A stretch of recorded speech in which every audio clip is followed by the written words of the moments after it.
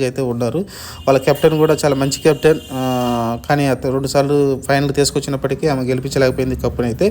ఇది ఓవరాల్గా ఇక్కడ స్మృతి మందనాన్ని మెచ్చుకోవచ్చు. ఆమె కెప్టెన్సీ కావచ్చు, లేకుంటే ఎవరైతే ఫారెన్ ప్లేయర్స్ ఉన్నారో ఎలిస్ ప్యారీ కావచ్చు, కొంతమంది ఫారెన్ ప్లేయర్స్ ఆమె నడుచుకునే తీరు కావచ్చు, వాళ్ళ దగ్గర సలహాలు తీసుకొని మా టీంని అయితే ముందు తీసుకెళ్ళగలిగింది. అలాగే ఈ మ్యాచ్ కూడా అంత ఈజీగా జరగలేదు. టాస్ గెలిచి ఏదైతే డీసీ ఫస్ట్ బ్యాటింగ్ చేసిందో దాదాపు ఫస్ట్ పవర్ ప్లేలో 6 ఓవర్లకు 60 పరుగులు చేసింది.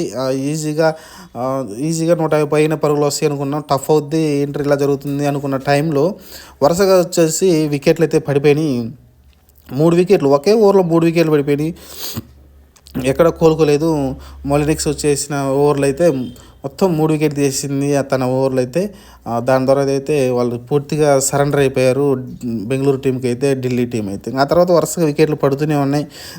ఆ తర్వాత ఎవరు కూడా ఆడే ప్రయత్నం అయితే జరగలేదు.